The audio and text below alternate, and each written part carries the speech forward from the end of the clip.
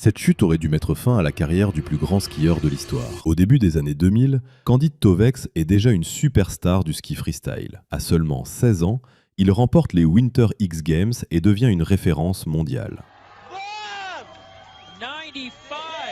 Mais en 2007, tout bascule. Candide s'entraîne sur la Bertha, un saut gigantesque situé à la Clusaz. La Bertha, ce n'est pas un simple kicker.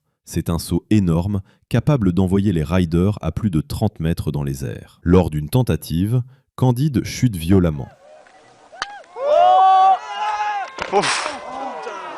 Diagnostic, vertèbre fracturée. Les médecins sont clairs. Continuer le ski de haut niveau pourrait être extrêmement dangereux. Pour beaucoup, sa carrière est terminée. Mais Candide refuse d'abandonner. Il revient quelques années plus tard, mais avec une vision totalement différente du ski. Il quitte les contests de freestyle et se tourne vers le freeride.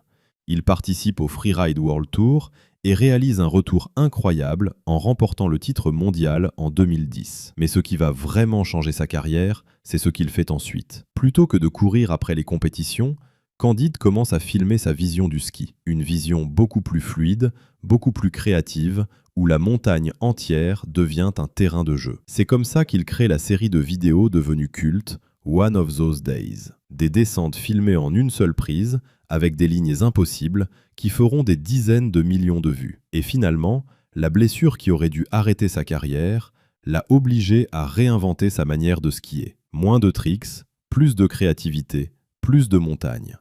Et c'est exactement ce qui a transformé Candide Tovex en l'une des plus grandes légendes de l'histoire du ski.